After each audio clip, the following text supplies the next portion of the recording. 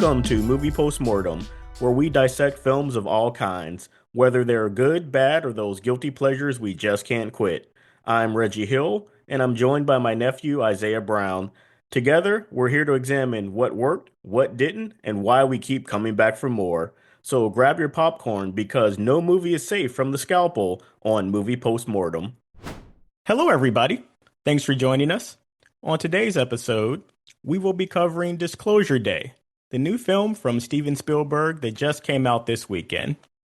And I'm very excited to have some special guests, our first three-time visitor to the podcast, the Vaguely Nerdy Podcast, Jay and Cheryl, joining us today. Hello, hello, hello. Hey, glad to be back. Can you tell us a little bit about your show and what you've been up to recently? So we are, like you said, Cheryl and Jay from the Vaguely Nerdy Podcast. Our podcast also does movie reviews, but we do movie news and trailers as well. So we give our commentary on the latest movie news announcements. We also do some TV shows as well, depending on what's going on. And then we've added a new segment called Sidebar Reviews, where one of us would watch something the other person hasn't watched and then throw that in there for a little shorter time within the episode. And then the latest thing we started doing is video game Let's Plays. So we're right now going through 007 First Light. Jay does the playing, Cheryl does the commentating. And then I help him out a little bit. There are a couple things he needs some help She does. I miss a lot. So it's great to have her. So I'm like his girl in the chair, essentially. Yes. But yeah, we started doing that. And our show is on all podcast platforms. The Let's Plays are videos, so those are on YouTube. Yeah. Yes, I haven't had a chance to watch the video playthrough yet, but I love the idea of expanding into video games. You guys talk about video games a lot, and so it makes sense. And so I'll definitely check that out when I get a chance. I also didn't know they were doing James Bond video games. I still think about like GoldenEye as, something was so fun back in the day. For me, that's how old I am as a gamer.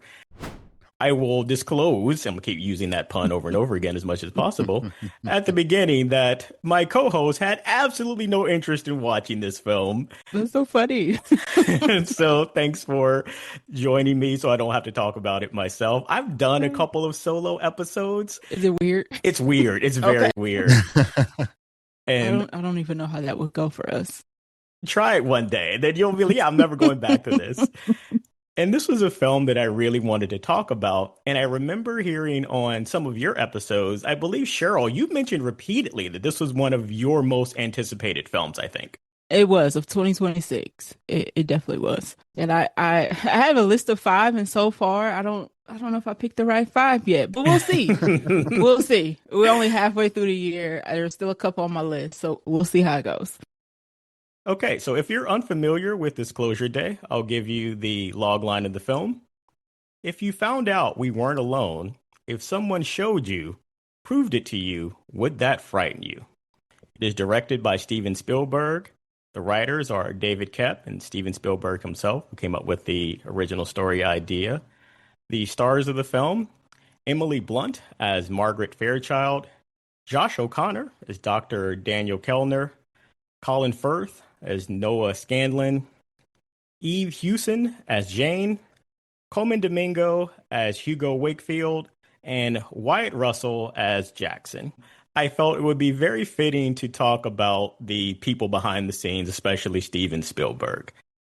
How would you actually rank Steven Spielberg's Alien films, including this one? And we're going to get into our non-spoiler thoughts, but let's just do some off-the-top rankings right now. And this was a question that came to us from Horror Hour with the Hannahs. E.T. would be 1.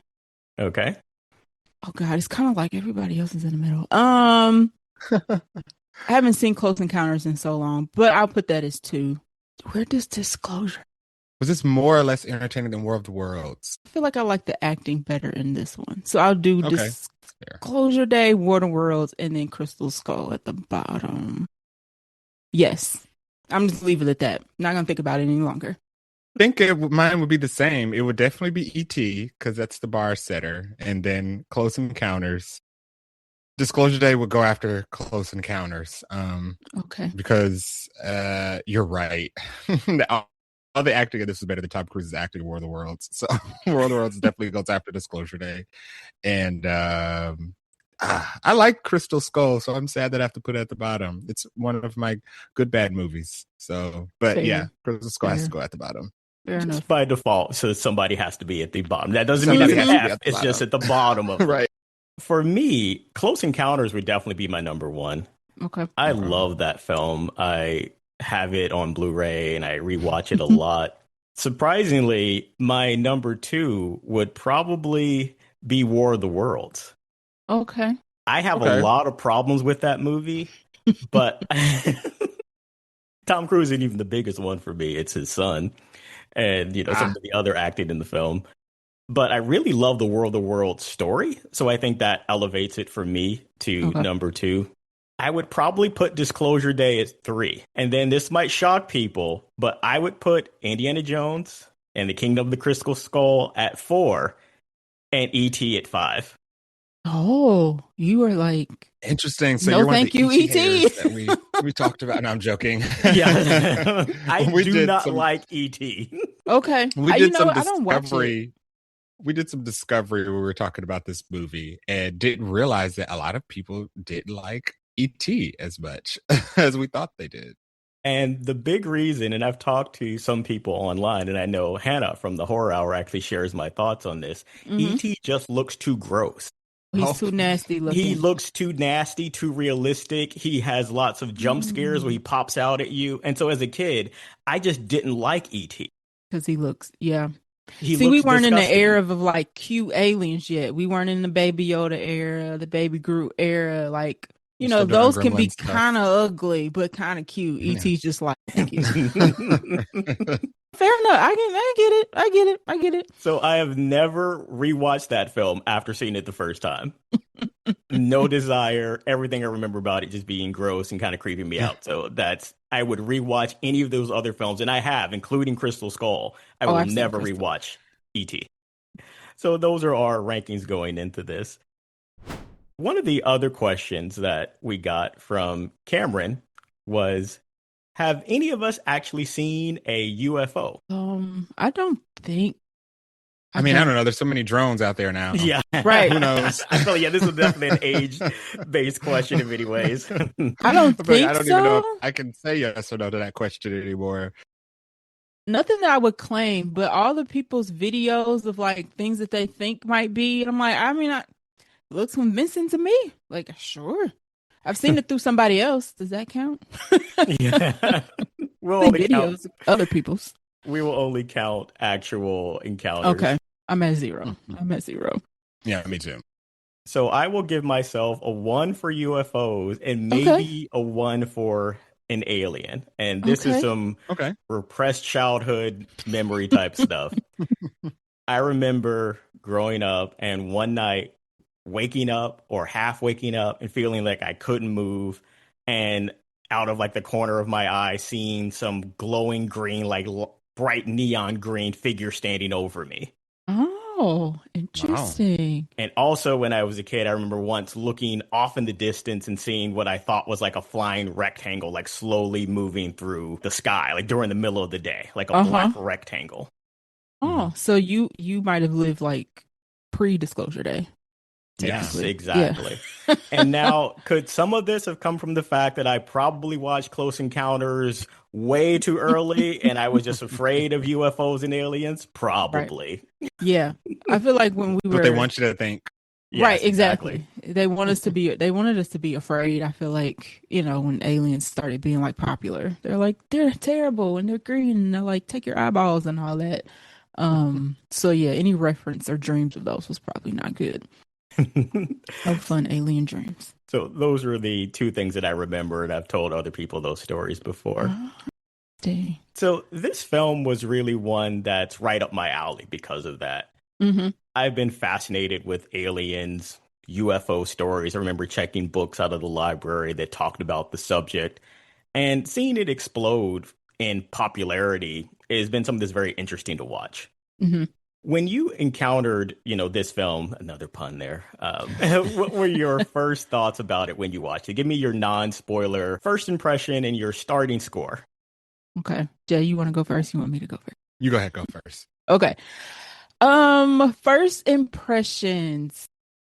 So to me, it was like I said, it was one of my most anticipated films.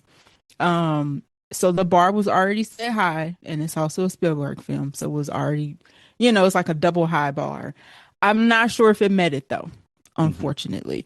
It was not bad. It was long, and I don't mind long movies. Like we get a lot of long movies, but I would have liked more sci-fi. To me, it felt more like the message and the drama of around the message and what it was trying to say was more important than the alien piece. And I kind Hmm. of came for the aliens. Like I wasn't expecting a Independence Day, of course not. I wasn't expecting an Aliens movie, of course not. But I was expecting, us not to hide or shy away from the alien parts of Disclosure Day until the end. So it's the middle, like I ranked it. It's middle of the road Spielberg for me, and I was really hoping we would get like top of the ranking Spielberg in terms of like all his movies, essentially not just the alien ones. It like it's not being like Jurassic Park. It's not a Jurassic Park, and I think I was hoping for a Jurassic Park, Hmm. essentially, and maybe that's my fault for setting that bar too high. But I was like, oh, we're about to get alien level Spielberg at the Jurassic Park height, but it was okay. That's my summary. It was okay. It was okay. And what would you give it out of 5 stars? I'm gonna go with 3.5. That'll be mine.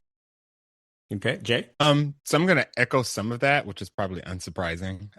But I'll say that I'm gonna give it a starting 3.5 score. I thought the movie was entertaining for sure. Like I wasn't underwhelmed, but I feel like I was more so just whelmed, only because the movie just it felt walking out of it, it felt just a little unfinished to me. Hmm. It felt like he asked a lot of questions, and I'm cool with like a movie asking questions and then making you have the discussion afterwards to kind of like conclude it. But the movie asked way too many different questions and put way too many ideas on it. Then it didn't really finish all of them.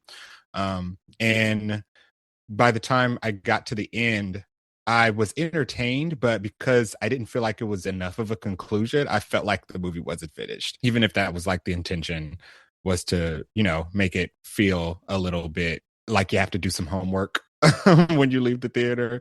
I like that a little bit, like having that post movie discussion, but I feel like I had to talk too much about it Yeah, to it's a make little myself bit feel too much yeah. homework. Yeah. I had to talk too much about it after the movie was over to make myself feel a little bit better about the movie. So, but it definitely was like shot extremely well. It has the Spielbergian film look, that Mm, luster and that premium look that, this, it feels like it would look like a Jurassic Park movie. It just doesn't, it's just not written that well. Hmm. Um, mm, and like scale. So it feels big. It feels like a big production. But it just wasn't. I don't think it was the writing was finished. Or if the studio like came in and like chopped some stuff up, they should come out and say that. They should post the Yeah. blame on mm. somebody. But yeah, I was whelmed. So I'll give it a starting 3.5. This is interesting for me. I'm going to start at a 3 out of 5. And one thing I want to disclose is that, again, it's going to still be funny every time Keep I it do it. coming. I saw this film twice. Oh, okay. So I was excited to see it, and I saw it Thursday evening in Dolby. And then the next day, because I like going to the movies, I was looking for something to watch, and I saw that they had a special screening that said live Q&A with Steven Oh, Spielberg and you Emily guys Blunt. get all the good Mm, stuff. And it's at the wow. theater that's in my neighborhood that I walk to. So I said, okay, Right. I didn't feel a burning need to go see this film immediately, like I have in the past with some films, like Mm-hmm. Sinners. And I was like, okay, I'm going to go see this tomorrow, Right. and be very happy and excited about it. I was like, I really want to go watch the Q&A, then maybe I'll just leave after that. Right. So Mhm. I walked there, walked to the auditorium, and I was very lucky. There was only one seat available when I bought mine, so I felt very happy Mm, that I got it. And I get there, and I'm like, wow, it seems kind of quiet here. I'm looking around and I notice there's no like chairs in the front of the room the way they're usually set up for this. Oh. And as we're getting closer and the countdown shows, I was like, oh man, this is gonna be one where they're broadcasting from Oh, like there's another Zoom. location, you know? Oh It's on no. the Zooms. Oh no. And that's what it was. And I was like, oh man, like the Dang. wording for the theaters, I was really mad at AMC. So sometimes they put in person and sometimes they'll just put live before Oh. because a lot of the ones Mm. where they have people, I've seen celebrities at the one that Mm, I go to. So I was very yeah. frustrated. Darn. Yeah, I would have been mad about that. But Put in Ugh. Alex Ross. so long story short, I watched it twice. Mm-hmm. I think that colored my feeling about the film in good ways and bad ways. Because one thing I'll say is that this was my most anticipated movie of the year, hands Mm-hmm. down.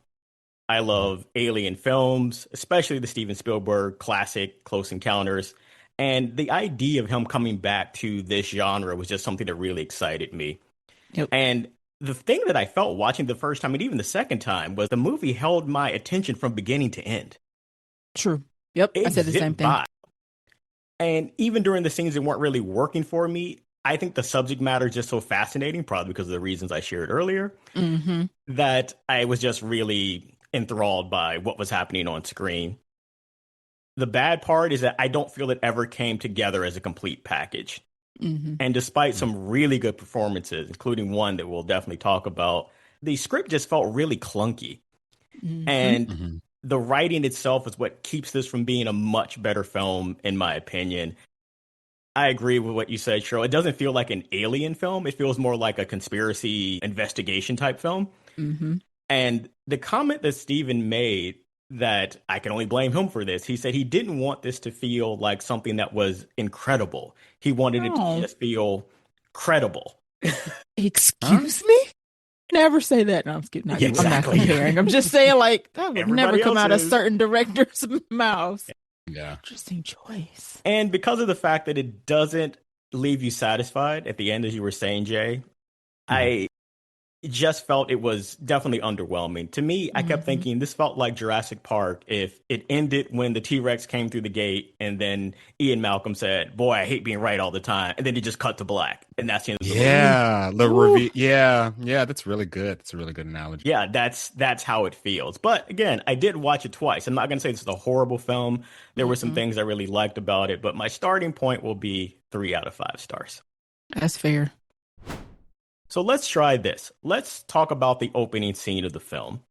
And I think this establishes enough to give the listeners a taste of what happens in this film, and then we can dive into our causes of celebration or causes of death and script stitch ups. How does that sound? Works for me. Sure. Good. So, Jay, describe the opening scene of this film. The opening scene of this movie is actually one of my favorite parts of this movie because it's so different. So basically, we start this movie be having our butts kicked. Yes, exactly. Ah. Was not expecting in a, that. in a wrestling match, which has like I don't think I've ever seen this type of camera work before. If I have, somebody definitely point me in the direction because I would love to see more. But essentially, we are in a first-person POV of a wrestling match, and we are being kicked in the face, punched in the face, and then thrown around an arena. And I thought it was amazing.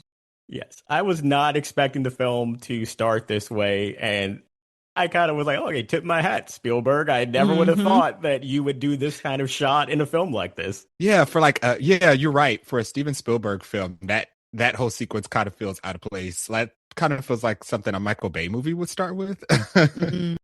Yeah, Mm-hmm. and so it Yeah. was very odd, and the camera pans back so that we see our main protagonist, Daniel Kellner, sitting in the crowd of this auditorium or arena full of wrestling fans. And he looks so nervous. Well, you can tell he's sitting there like he's being watched or he's just afraid of being there. And as the crowd is cheering and they stand up and he doesn't stand up, we see somebody put a hand on the backpack that he's like clutching on to like for dear life. And the person tells him, just let the backpack slide off the next time everybody stands up. And he tries to do that, but he seems very hesitant to want to do that. And then he turns around and he asks the guy, "Where's Jane?"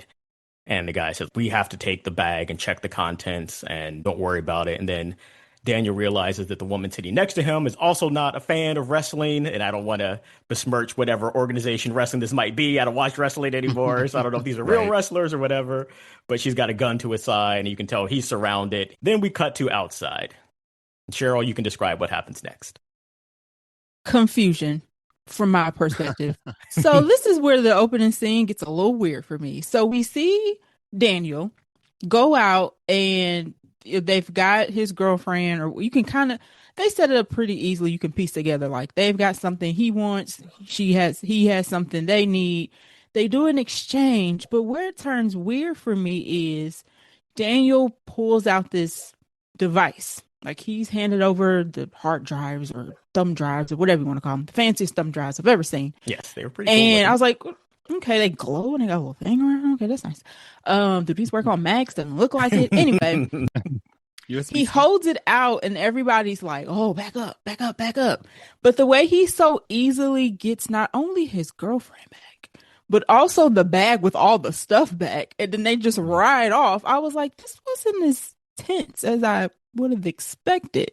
So like Colin Firth is there. We've got Noah, our main antagonist.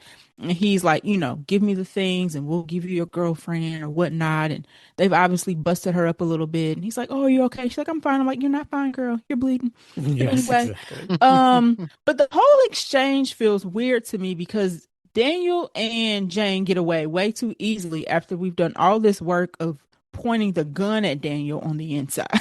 So, and then they get away. And then the rest of the movie basically kicks off from there. Yes. I think you did a great job explaining that issue that I had with this scene. When he pulls out this device, it's just like a black piece of metal. And the way that they react to it, everybody gets nervous, where the villain, played by Colin Firth, says, don't squeeze it. Don't exert any pressure on it. Be careful. Everybody is just like really tense. And even the people pointing guns at him, he says, don't fire at him. You could set the device off. So it's like he has an atomic device in his hand that could kill all of them in a fraction of a second. And because of this, they just let him walk away. But like, what was all that work for? And then right before that, we see Daniel put on a glove. I'm like, y'all don't see him do that? Yeah, this is weird, right? Y'all don't see that man putting on a glove behind his back. Y'all not about to ask what he's about to do. Okay, sure, fine. Let the man do his thing, I guess. It was strange. This scene is when I started to get worried, which is sad because it's very early. It's like 5 I start minutes to in. get worried. Yes, it's very with this early. scene because I'm like, this establishes who our goons are for the movie, and I don't have a lot of confidence in the goons. And if these are supposed to be like the threat that's chasing us throughout the film, I don't know if I have a lot of confidence in them. They're not gooning enough. Yeah, exactly. They weren't the fear factor of them. I mean, they set a bar not pretty high, but they set a good bar inside the wrestling match because they set up that, they're hidden in plain sight. So they could be anybody, and they're the shadow organization. And, so that's scary. I got guns. Immediately when they get out and then you introduce to Colin Firth and they just let him go. And then Colin Firth's line to that his main agent is like, wow, he's a desk guy and you let him beat you. It's like, he beat all of you. Right, together. Yeah, all like, of you. This is a collective failure. It was like 20 on 2 and y'all just let them drive away. I don't understand. With the hostage. Right, got the girl back and his things back and left with a car. That's an end credits that's an end of movie moment he had. Right, Yes, at he the got beginning. the prize and the girl. And so once he leaves and they're on the road, she's saying, what happened? Who are these people? He just says vague stuff like, I stole something from work. We need to get off the road. We have to go somewhere where nobody knows where I would go. It can't be somewhere I've ever been. And she says, oh, I know a place. And she directs him to go to a nunnery, essentially.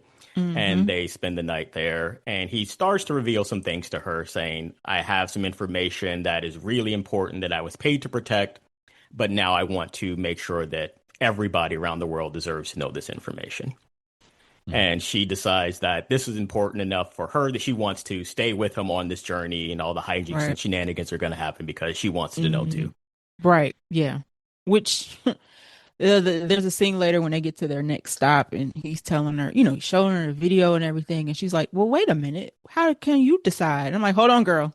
don't come on this trip Yeah. trying to derail me. Yeah, Stay back yeah, with the that's nuns true. if you was trying to talk back. Like, one band, one sound. Like, you got to Yeah. get off the train if you trying to derail them. Yes. And so that's all of the actual plot rundown that I want to cover, just to establish this is a film where we're going to follow Daniel and his girlfriend Jane as they attempt to continue this operation that you can tell that they're on to disclose his information that he's stolen from his employers while this government agency is in hot pursuit. Okay, and so with that set up, let's dive into our causes of celebration. Okay, so my first cause of celebration for this movie would be the camera work and some of the camera shots. Some specific shots, I think we already talked about the opening, but also there were a couple driving sequences where the camera's inside the car and it rotates around the entire outside of the vehicle, like while they're having a phone conversation, but it doesn't cut. So they're like, it's kind of like the camera's just kind of like flying around the vehicle as they're like traveling through high speed. I thought that was really good. And there were specific moments of good visual effects. They don't know how to do like real life animals. All the visual effects on the on the foxes were really bad. I don't know But why they bothered. It's not like you can't find a fox. I don't understand like the fox. this is Steven Spielberg. I don't understand why this fox looks so bad. I mean, But straight out of a copy pasta CGI. yeah, it definitely looked like it was pasted in the background. Always But believe you should give actual animal actors a job. So I don't yes. believe that they couldn't find a fox that they could Yeah. just use for those scenes.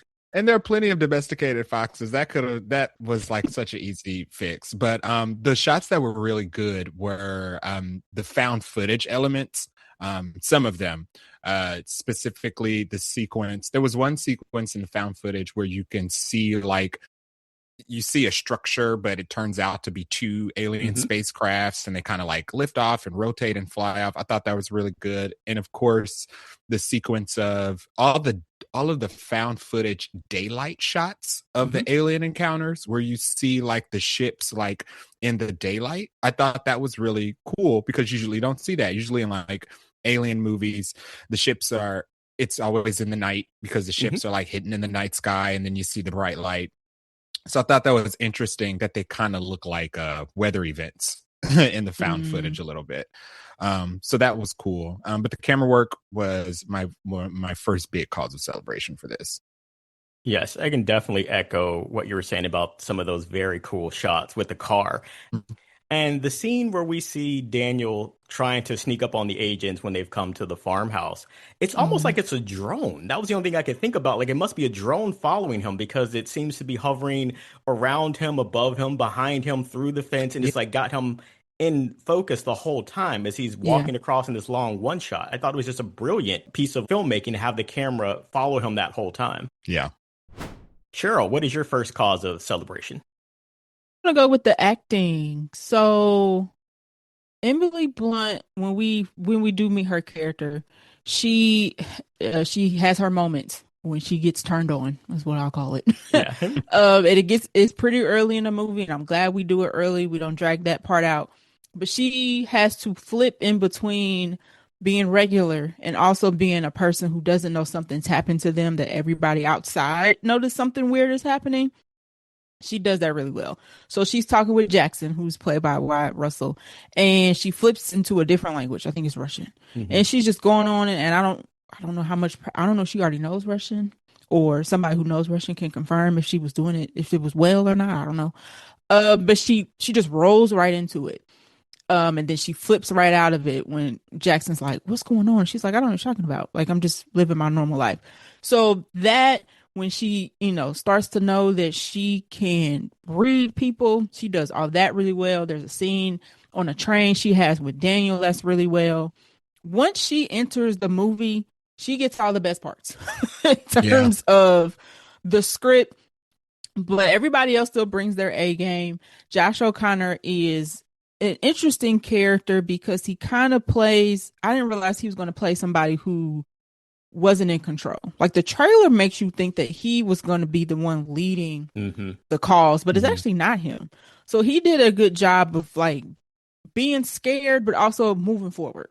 Like he didn't do that thing where he was like, well, maybe I shouldn't be doing this. And maybe I need to turn back. So I appreciate that it kept that character like moving forward, even though he had, he was kind of scared because he hadn't done something like this before. Yeah, he was a pawn who realized it too late. Good pawn, right? Yes. Mm-hmm. All right. He was like, yeah, I'm the workhorse, I guess, or whatnot, but the cause is still a good cause, and I'm glad it didn't turn into a situation where he's kind of like, oh, well, maybe this isn't a good cause, because Jane could have derailed him. Like she could have Mhm. put that bug in his ear, being like, well, maybe I am going to destroy the world. Like, no, keep it going. Um, Coma Domingo was great. I mean, what do you say about Coma Domingo? That's like a Nothing. critique. Nothing, Yes. right? He was great. Actually, he was in this more than I thought he was going to be, so that was a Yes. pleasant Yeah. surprise. So those three were definitely highlights, and there's one more person maybe I'll mention later, um, when we maybe get to like the end of the movie, Mhm. who did really great.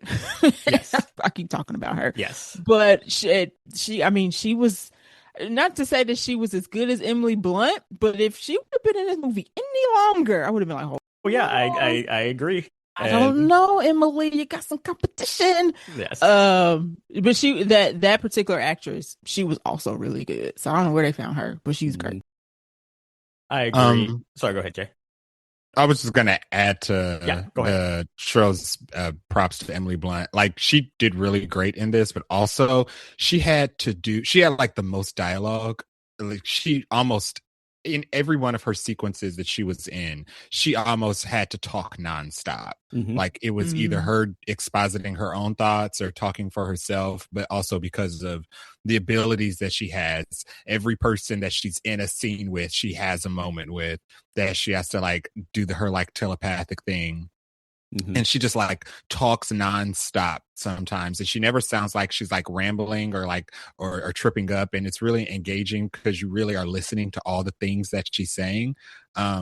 So I mean, shout out to her. Her script must have been like extremely long because she just Right. talks nonstop. Yes. The scene where we see her arrive late for work, so she has to talk to Mm-hmm. the on-set producers, the makeup people. It's like one long take, you're following her. Mm-hmm. Then, because she's been activated at this point, she's hearing conversations in Korean because there's this whole Korean World War III conflict on the brink that's happening in the background of this film.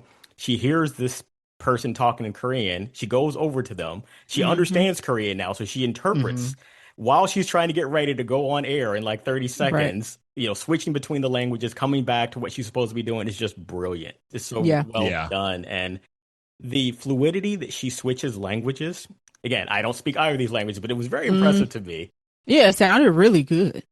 And her Mm-hmm. ability to not just do the fluid language changes, but showing fear and vulnerability Mm-hmm. was really well done. And it's almost like a tragic story. And we'll talk about that more at the end of what she is going through and what she's gone through in the past. And so Yeah, playing somebody who is trying to suppress that is right beneath the surface the whole time. I thought she did a great job. agree. I want to shout out Coleman Domingo. What you said was Mm-hmm. exactly true. Hugo's speech with Scanlan, I thought was the heart Mm. of the film. And I thought Okay. Coleman delivered it so well, where he's talking to Scanlan, who was a former coworker of his. They both worked Mm-hmm. for this government agency that was suppressing these secrets. And what Coleman is saying is, this is not right. What we've been doing is not right. We Mm-hmm. have believed the believers and we have lied. We have really ridiculed other people from simply being astonished from what they've seen. And this has to end. And just the Mm-hmm. way he's Mm-hmm. lecturing somebody you could tell he respects and he thinks is a friend, I thought was just something only he could do that well. Agree. And one of my nitpicks about that scene, or not about the scene, but about, I guess, the movie would be, I would have liked to know more about those two. I don't Yes. know how you would have added it in or where you would have added it in, or maybe we should have started this movie 2 years earlier. So Um, yeah. no, go ahead. I was gonna say I had an interesting conversation with somebody yesterday about I agree with both of you about Coleman Domingo's role in this movie and why I think I liked it so much. Him and Josh O'Connor's characters had like this Harry Potter kind of feel Yep, to them exactly. That's the where same thing I where thought. Josh O'Connor feels like Harry Potter, like the kid who was Hmm. chosen or given purpose at a very young age. And Coleman Domingo kind of feels like Sirius Black leading the Order of the Phoenix. And it's like been his job to keep Josh protected until he was like old enough to be activated. Interesting. Man, that's a good take. The only thing I disagree with about that Okay. is, for me, Hugo felt like Dumbledore. Okay. Okay. Okay. I felt that, as you said, Josh O'Connor, he's Harry. And I felt Mhm. Hugo was Dumbledore using him when Harry didn't know that, oh, this is going to end with me dying. Where it's like, yeah, I'm walking you down a path that you have to stay on. Trust Hmm. me, but I'm not going to tell you everything's going to happen. You just have to believe me and do what I say. That's fair. That's very fair. I do really wish there was more like Coleman Domingo. Mhm. Sometimes I feel like this movie would have worked better as like a book, or if it was like a book first. I kind of want to read that because I feel Mm, like all of this would be fleshed out like much better yeah. in a book. Yep. I We agree. drop off in the movie at the wrong part, maybe. Yeah, yeah. And I think that's a very interesting thing. And we're not into our cause of death yet, but I'll Right. bring this up now. David Koepp has worked with Steven Spielberg a lot. And one of the things that I think that you have to remember is that he usually works on adapting material Yeah, like right. Jurassic Park, Lost World. And so this Hmm. was a fragment of an idea that Steven had. And Interesting. this would probably be better if it was, more fleshed out. And I think You that's know where what? Yeah, it feels like an adaptation, kinda. It feels like an adaptation, and like there are some things that still, need to be fleshed out. yes. And I think that's a great lead up into what is my big cause of celebration for this film, the final disclosure montage. Mhm. Hmm. Hmm. Hmm. Watching that twice now, I'm still just absorbed by it. I think it's the payoff, even people who don't like the beginning of the film, at the end, it just really works. The one of my causes of celebration was actually like the last 5 minutes ish of the movie, and then Yeah. like cause of death might be the last 60 seconds. Anyway, let's focus on the 5 minutes. So at the end, we get to the point where our characters have all met back up at Margaret's news station. That's where everything kind of is. Everybody's there. We've got our antagonists, we've got our protagonists, we got our side characters, and keep calling him Josh. Daniel has he still, after all this time, he still has those thumb drives, Yes. which is amazing through this whole movie Yeah. that backpack stayed with him. But he basically has all of the footage on those, and he starts loading it to the Kansas City news station and tells them, you guys need to call New York you're going to want to get this out, and it just can't stay with like in Kansas City. This is going to go big. And it finally starts spreading, and the found footage that Jay talked about earlier starts uploading, and they're playing it. And I guess I should also mention Margaret kind of kicks it off and explains what's going to happen. Then they start playing all those videos, and we get to a news anchor played by, you said, Courtney Grace. Yes. Yes, who is a CNN news anchor, if I'm not mistaken. And she is the one talking the world, essentially, or whoever's tuned in to CNN at the time, what is happening. But she also doesn't know what's happening. She's like, she's befuddled, essentially. But the footage is not, at first, it's kind of like, what am I looking at? Are these aliens? And, she's saying, like, it's not confirmed where it's coming from. It's not been disclosed before the word comes out. But then we get to the part where we see the actual aliens, but they're not like the best shape. These aliens didn't just come down and walk like Mars Attacks, where they like land and then they like walk off and they're like, "Hey guys, how's it going? We're aliens. You're humans. Nice to meet you." Like they are in distress, and Yeah. they're like they're dead. They are hurt. They are injured, and you got all of these humans around them, kind of crowding them, kind of poking and prodding and walking them off in the tents. You kind of already know what that means, right? Because we're humans, right? We don't ever just leave people We know what they do alone. to people. So Yes. Right, exactly. So as she's watching it and she's like trying to process it herself, she's also trying to help process it for like everybody who's watching. And she's so emotional about it. You're like, dang, this is kind of crazy because she does a great job of almost make you feel it through the movie screen. Hmm. Yeah. And that whole, I don't know how long that scene was, maybe not 5 minutes, but that whole couple of minutes of the movie was literally the best part for me of the whole movie. I thought she did a fantastic job because if you would have asked me going into the movie who would have been the newscaster to do that, I would have assumed it was Emily Blunt's character. Oh yeah, Mm. right. And when it wasn't her, I was kind of like, well, that's interesting because she doing a great job. She's the person disclosing proof of alien life to everybody around the planet. Mm-hmm. And as you said, her emotion has to come through that this is something she's experiencing live with everybody else. It's like watching somebody talk about a presidential assassination or 9/11 or something of Right. that level, Mm-hmm. but even more shocking. And she does a great job in that scene. Yeah, she did a really good job delivering that. And so, since we're at the end here, describe how everybody around the world reacts to this situation. So it's a lot of, I mean, it's funny because I think this part is modern. I did see some people say this is not realistic. It's a movie. Come on, let's think about it.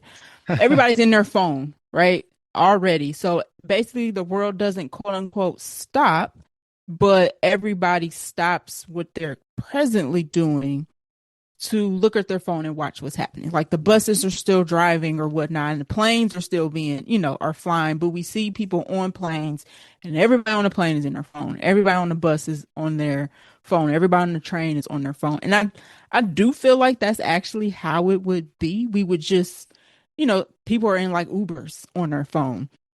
And I feel like it matches how we are now because like we're already in our phones, right?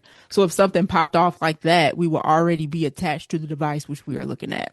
It's not like, and I can't think of a movie right now, it's not like a movie where we would be crowded in a Best Buy and we would be looking at, no, there's probably 10 people in Best Buy at the time, right? So the 10 people in Best Buy would probably be watching the news break on TV, but the rest of us would just be in our phones looking at it wherever we were in the moment. So I thought that was a pretty decent depiction of what it might actually be like.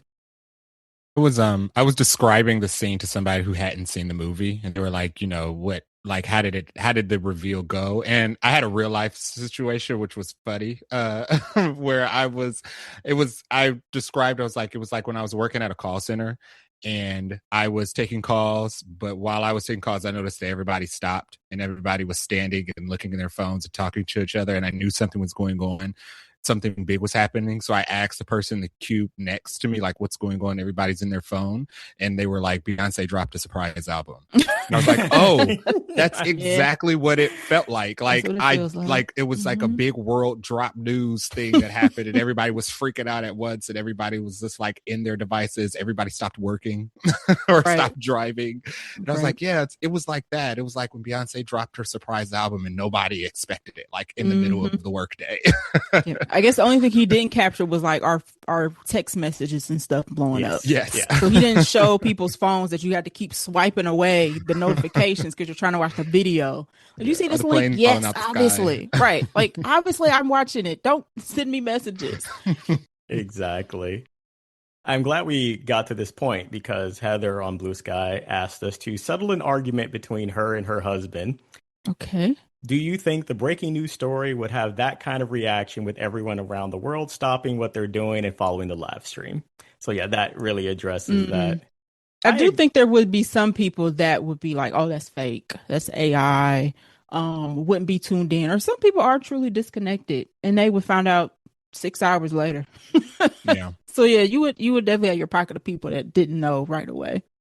I do think it's a little unbelievable that the girl would have missed her bus. There was a scene where the girl was so distracted by the news story that her bus came and she didn't even bother getting on it. Like, I'm getting on my You bus. waited for the bus. Like, you don't know when the next, it's already night. You don't know when the next bus is going to come. She just would have walked on it while she was still looking at her phone, tapped her card to pay, and kept going. Exactly. It's like, okay, now that's a little bit unrealistic. Right. I agree with that.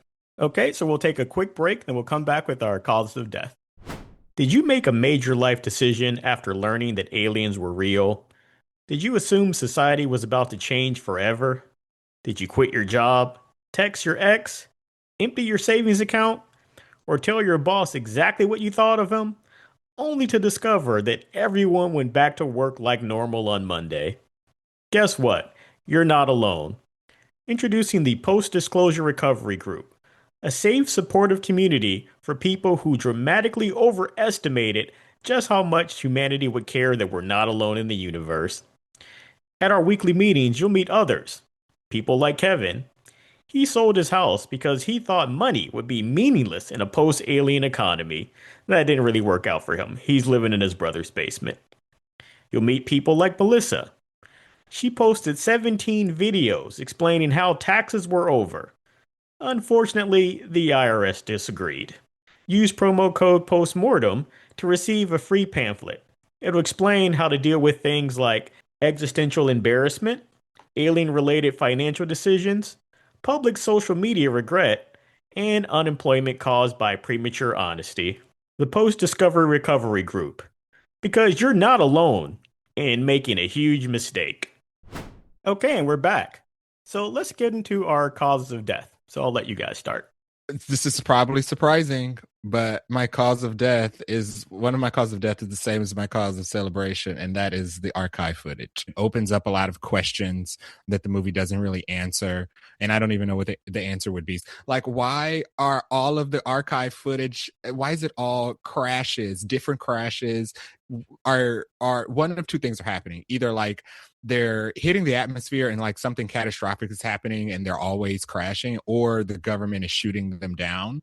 But it opens up the questions of, so why do they keep pursuing this like communication with us? If I think Nolan gets up to like I think he mentions Coleman Domingo free like Alien 15 or 17. So they get up into the teens of either dead aliens or alien hostages, and I'm wondering like at what point does the mothership say like we don't go there anymore? Like that's the Milky Way ghetto, like they said Yeah. in X-Men 97. Like every time, and I was telling Charles, like it's like those islands where, you know, they haven't been contacted by modern society and they tell you never to go because every time somebody goes there, they get speared on the beach. Yes. And so after how many beach spearings do the aliens say, you know, we should stop going there? So the archive footage, even though it was cool, it opened up a lot of questions of why they're crashing so much, or what's causing this to happen. If the government is responsible for it, that's fine, but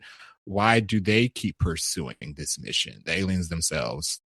And Yeah. again, with that, to go back to one of the issues, we'll talk about it more, where Jane, Daniel's girlfriend, says you can't show people proof of these aliens. You're showing them proof of God right there.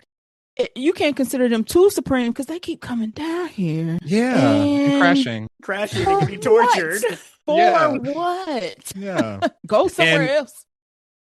and it's funny because like I was having a conversation with someone and they were like, you know, that's true. I was telling them about Jane's argument about, you know, breaking down society by revealing this truth. Yes.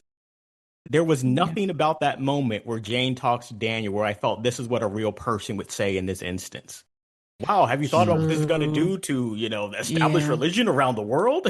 Yeah, like you Yeah. just saw humans torture an alien. Your first thought is, but what about Christian?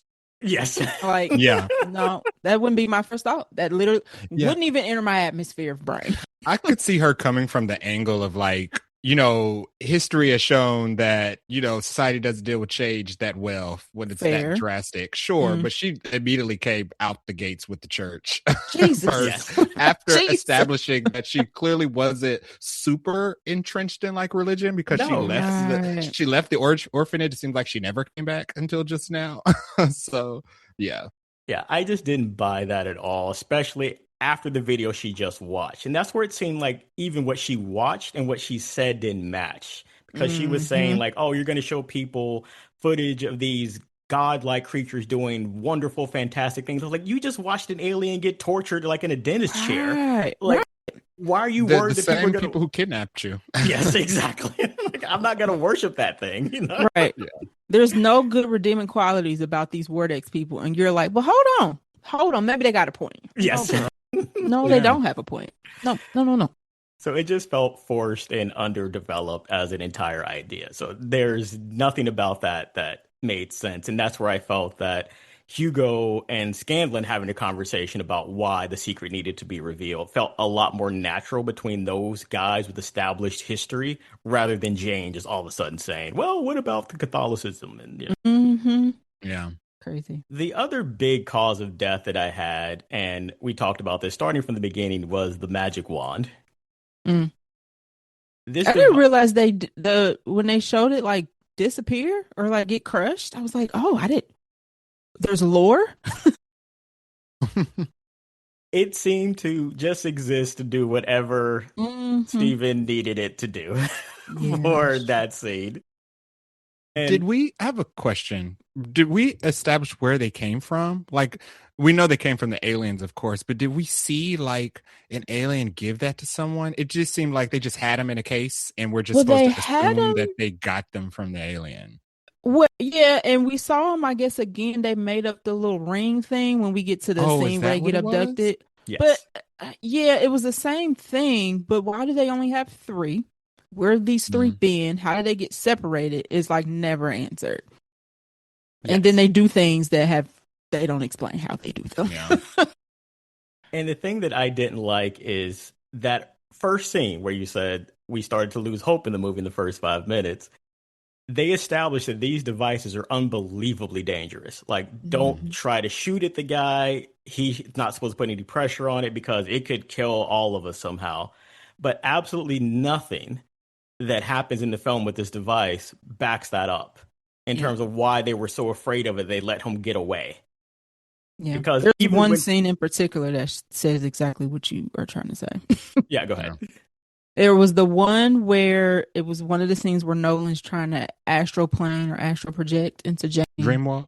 Yes, dreamwalk. Yeah. And he's like, doing his Professor X situation or whatnot.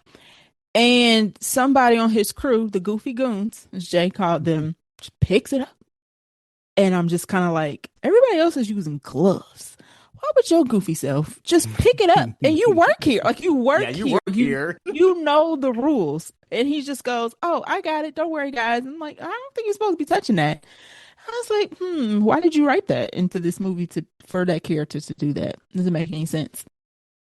Yeah, and also just the fact that all that happened to him was that he just vanished for a second and then came back. I was like, oh, did he just get erased from existence? That would back up the threat of the device, but he just disappeared and then came back. Yeah.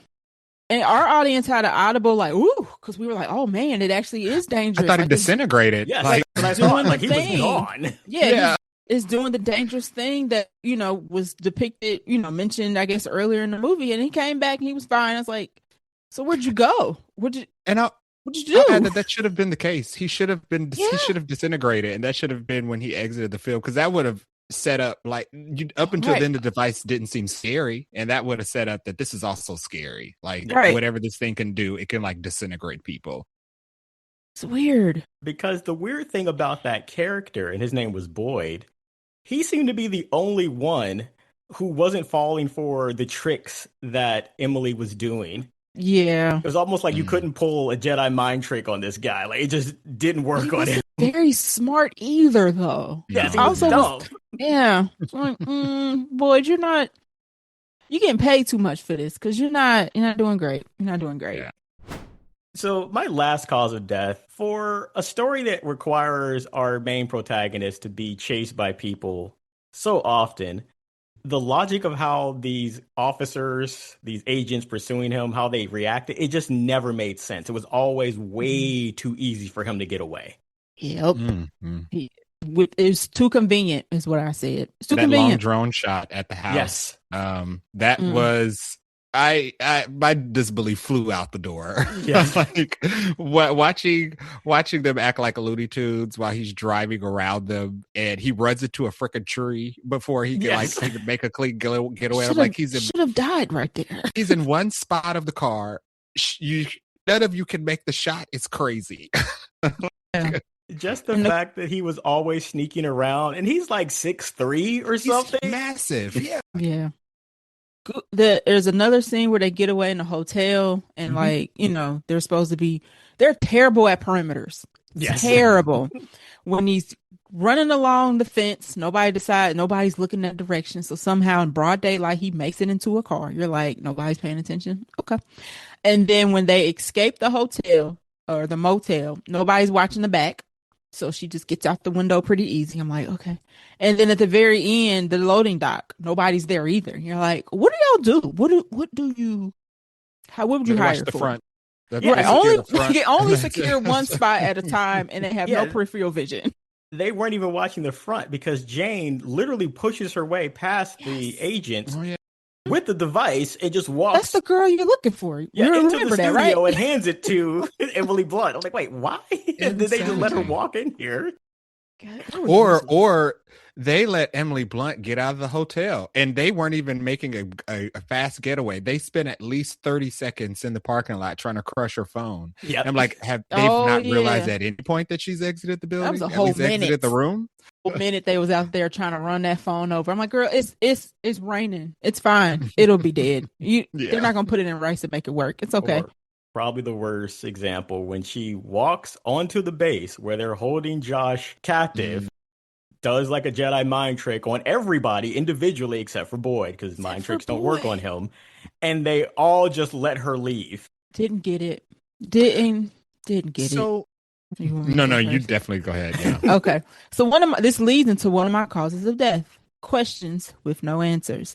Because also it kind of plays into two things. Questions with no answers, and so we have aliens abducting children. Oh no. Yeah. So the questions with no answers that are a cause of death for me is because we don't get a why. Like, why now? Why these two kids? Why did they get activated at different times? For what? Why did you guys even come down here? Is it really only two, or did just the one surviving alien remember those two? Because y'all clearly don't talk to each other because y'all keep coming back here. So a lot of questions with no answers that would have added context to the movie. And then also, once we get to the scene where Margaret has her flashback and we're in the creepy house that was built, I was like, hold on a second. These aliens abducted two kids and got messy. Yeah. Yuck. Like, and the fact that they like made her think that she was having like this Cinderella story moment with these like woodland creatures. And I'm like, she was Hansel and Gretel. She's probably like in reality just floating up into the sky, and she has no idea. Took her out of her home, made her think that she was walking in warm snow into a storybook scenario, and she was literally on a table. I was with another little boy that they have taken from who knows where, who's freaking out, rightfully. And they're like about to do an experiment. I'm like, oh no. I feel bad for these aliens because they've been tortured. But also, please don't take kids. Please don't take kids. She's super calm, and Josh O'Connor's younger self looks like he absolutely doesn't want to be there at all. Like he doesn't want these gifts. I was just kind of like, oh, the writing there was choices were made, and I don't think they were the right ones, because I was like, I do feel you shouldn't torture aliens, right? I don't care where they're from. You shouldn't torture aliens, animals, people, the living things, plants, whatever.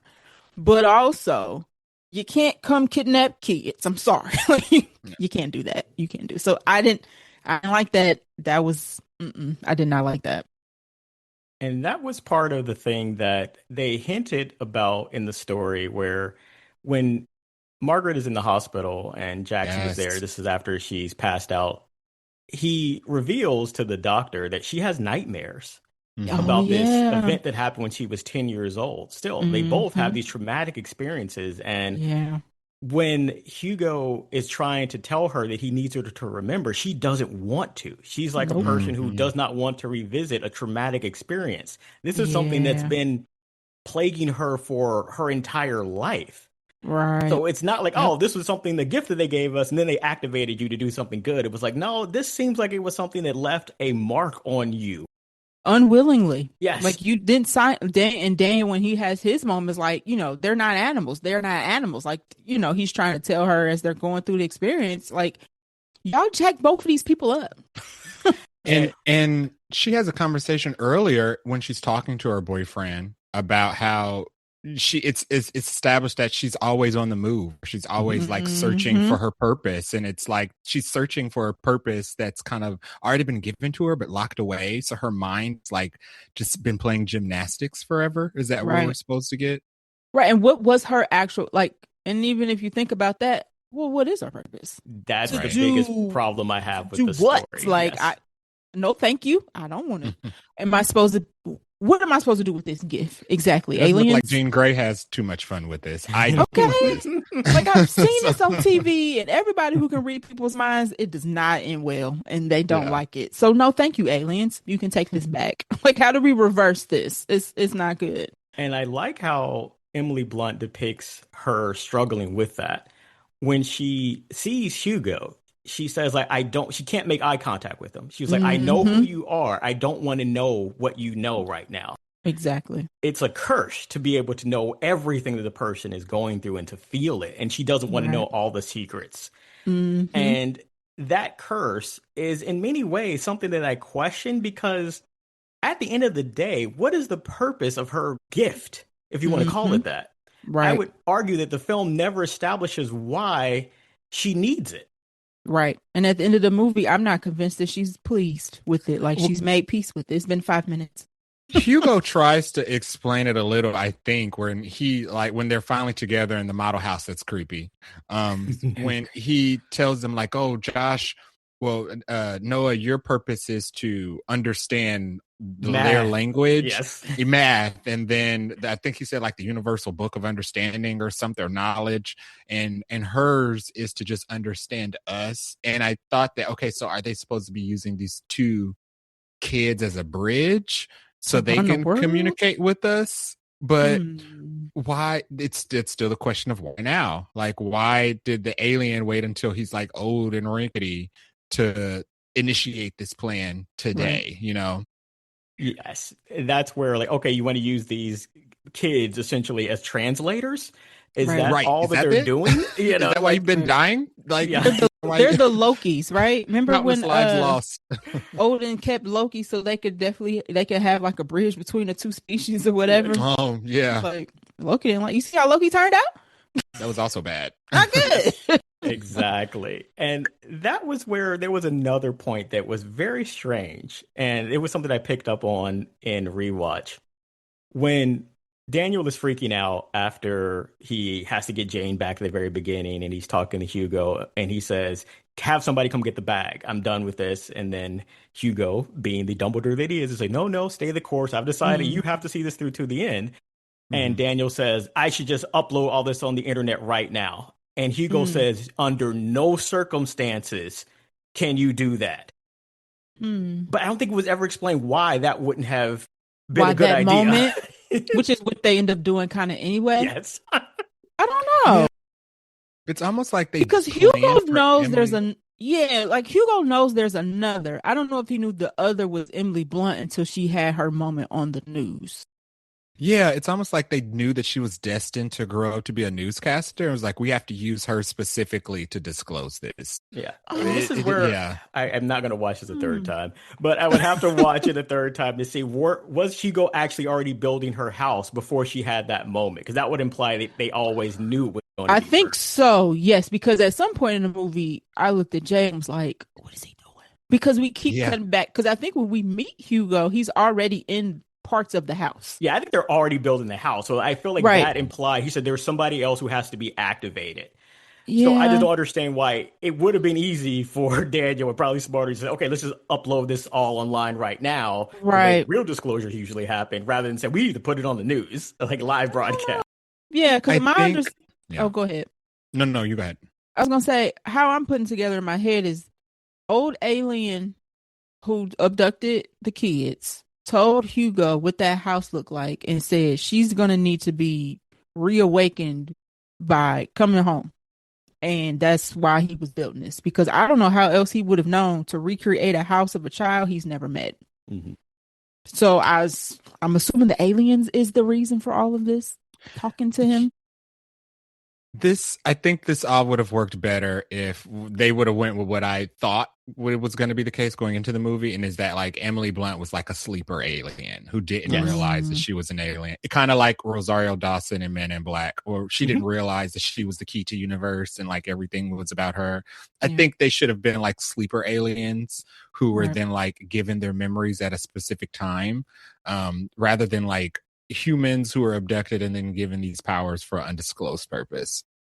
I think Literally that the is opposite of Disclosure Day. a perfect bridge to the script stitch ups because I Ah. agree that makes a lot more sense compared to what they actually put on screen. So let's talk about after the disclosure montage. What happens then? So old school alien, we find out that Coleman Domingue, or excuse me, Hugo, another questions with no answers, has been storing, or the alien's been hanging out, camping out somewhere in a bag, in a box, and we don't know.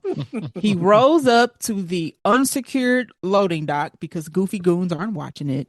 They unzip the alien from the bag, and the alien he's tall, he's wrinkly, he's old. One of my causes of death, which I won't go into, was the alien design, by the way. Anywho, the alien like stands up, and I think they're showing this on the news, although they don't show us that on the news, but the cameras are all there.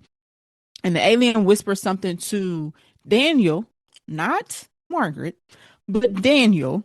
And then Daniel tells Margaret, and Margaret goes back to her news seat where she's kind of been broadcasting from and says, listen. And then the movie just goes off. And you're like, what? Yeah. At first I was like, Steven, don't piss me off. Like, don't make me upset. But as I said in our review, I was like, you know what? I was kind of ready to be done with the movie at that point. Yeah. There was so much like buildup and so many questions were presented at that point that I didn't have confidence that whatever she was going to say was going to blow my mind. So right. I was just like, you know what? That's fine. Just end it. We're taking Earth with us. Let's go. Right. Like, I don't know what she would have, she could have said, like, we are here. No, we already know that part. That was just discovered. We don't want to fight, obviously, because y'all been captured and kidnapped and tortured. So you can't. You're not good at that. Let's move along together. Y'all don't need to be here. So I don't know what she could have said. That was weird. The ending was very strange. The big framing change that I would make, and this is probably too big for a real script stitch up. This is like a story outline or draft script stitch up. I think that disclosure day itself should have happened at the end of the first act. Okay. And the movie should have been about, the movie would have been better if it was either the lead up. We could have had it all, right? We could have had before, like how we got set up, the reveal, and then the after.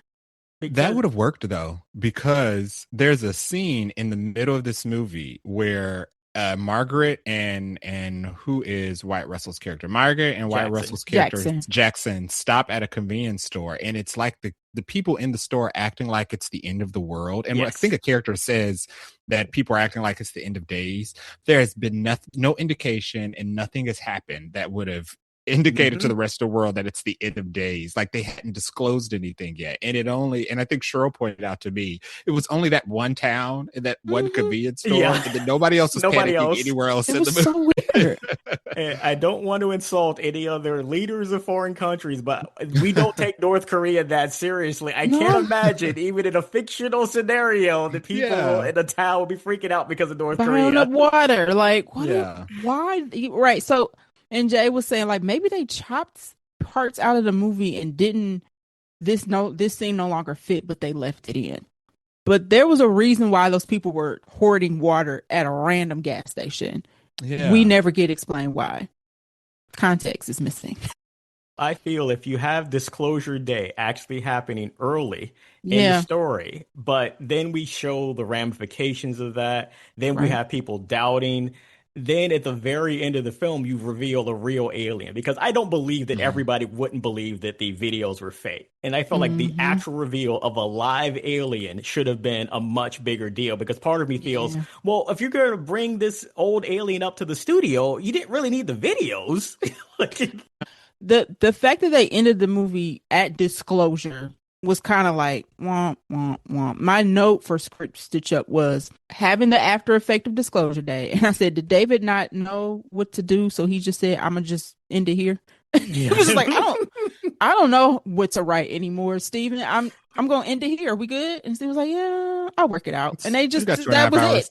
That was we got 2.5 hours. Like he didn't know how to end it. So they did the whole, what was the ending that Jared hated so much? I can't think. The Netflix movie with Idris Elba. They just kind of pulled one of those. I hate that. Yeah. Yeah, I actually didn't mind it. The nuclear strike movie. Yes, that one. Yeah. It was kind of like, I mean, not as bad as that, but it was kind of like that of like, I don't know, you decide. And we're like, no, I came here for you to decide, actually.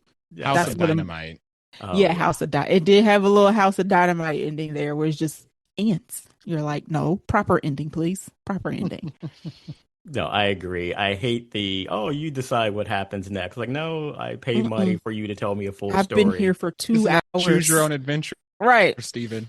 I want you to take me on the adventure. I've been here for 2.5 hours. You tell me, sir. I've paid Yeah. my good money for you to tell me what happened. And another big script stitch up that would change a lot of this film for me. I felt that we should have had teenagers as the leads, or probably kids. This feels like a kid going on an adventure thing rather than two adults. Because of how goofy the goons Yes. were? Yeah. Like Stranger Things, like the Stranger Things Oh, military. It's like you can't find these kids in this one town. Yes. That's how they yeah. feel. That's When they're true. at the quarry where they've convinced these agents that they drove the car off into the water and they're all looking down there where they sneak off Oh tiptoeing, my. even though, again, he's like 6'3" and they're right next to them. I'm like, this feels like it should be kids, not Yeah. adults. Yeah. Yeah, Jay called that scene. No, it was cool. When they drove the car off first of all, they had too much time to do that when it's Yes. established how close the Yes. chase is behind So them. much But time.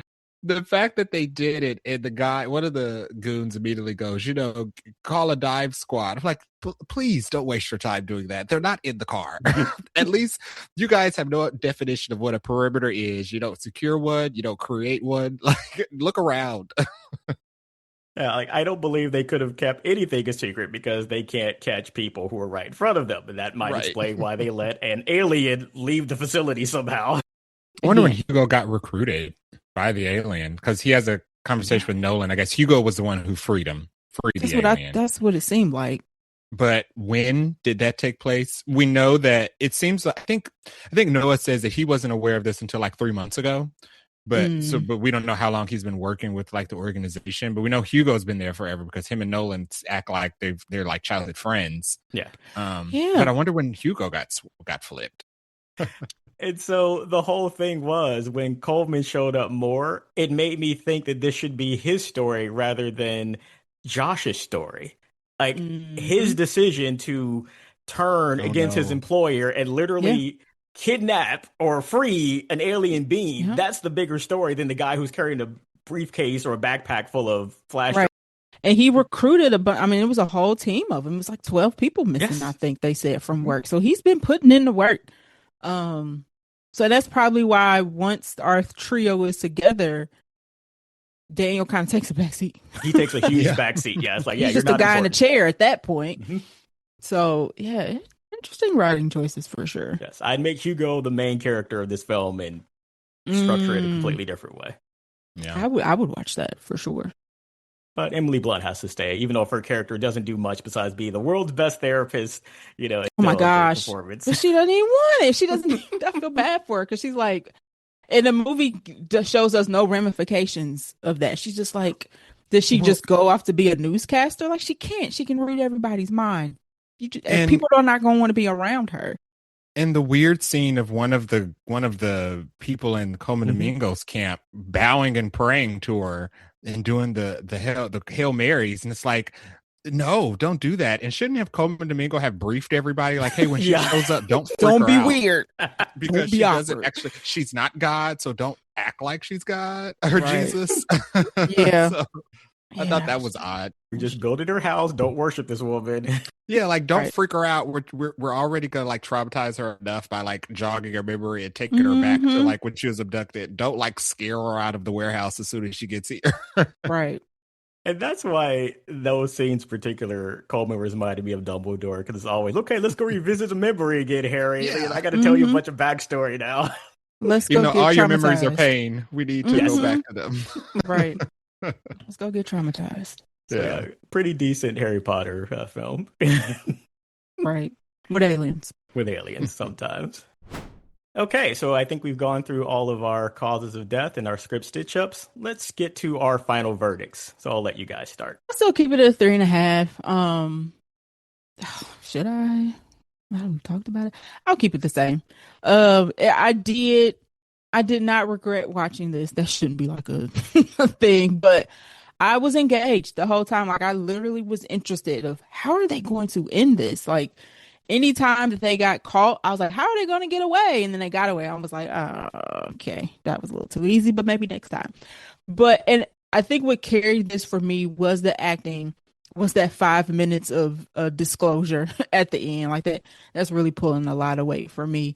And alien movies are cool. Like despite the very goofy design, Mhm. we don't get a lot of Steven Spielberg alien movies. So I was pleased to at least have watched this, even if it wasn't exactly what I wanted. So I'll stick with my 3.5.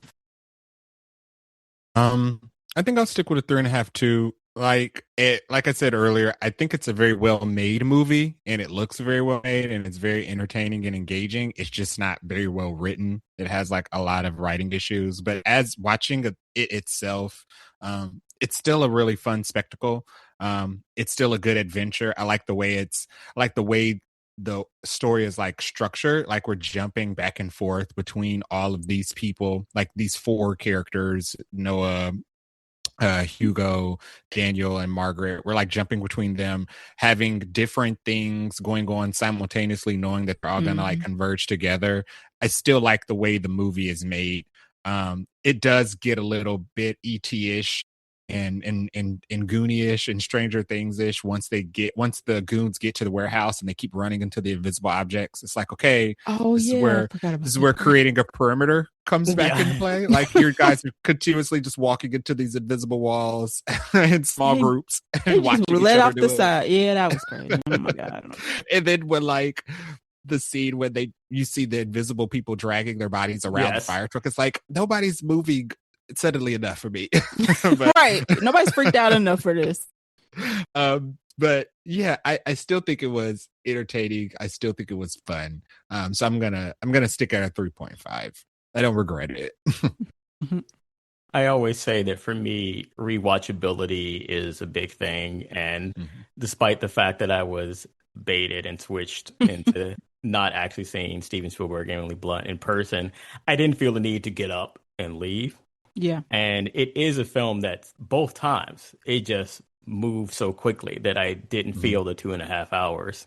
And there are other films that released earlier this year that I can't say the same for. So this is a film that I liked. I wish it was a lot more. And part of that is just because the subject matter fascinates me so much. Mhm. And with the acting, especially Emily Blunt, where I would say before, I never really thought much about her as an actress. So for me, this is the best thing I've seen her in, but I just never really thought that highly of her before. So I think this is a real standout performance for her. And even though the film doesn't really come together with one satisfying narrative, I think that the filmmaking itself is really good. That's why, sadly, it's just being let down by the script. If you're an alien enthusiast the way I am, you will be engaged. And so, even with the negatives that I have, and I think we all did a good job pointing out several, I think I have to be very fair and say this is not a 3-star film for me compared to the other stuff I've seen this year. Mhm. And so, based on the conversation, I'll bump my score up to 3.5 out of 5 stars. Hey. Hey. All right, so I want to thank Jay and Cheryl again from the Vaguely Nerdy podcast and remind everybody where they can find you. You can find us on all podcast platforms and on YouTube where we are Vaguely Nerdy Podcasts. Thank you. And so that's it for this episode of Movie Postmortem. Don't forget to like and subscribe and give us 5 stars because even bad podcasts deserve a good review. Remember, whether it's good, bad, or just a guilty pleasure, every film deserves a postmortem. Thanks for listening.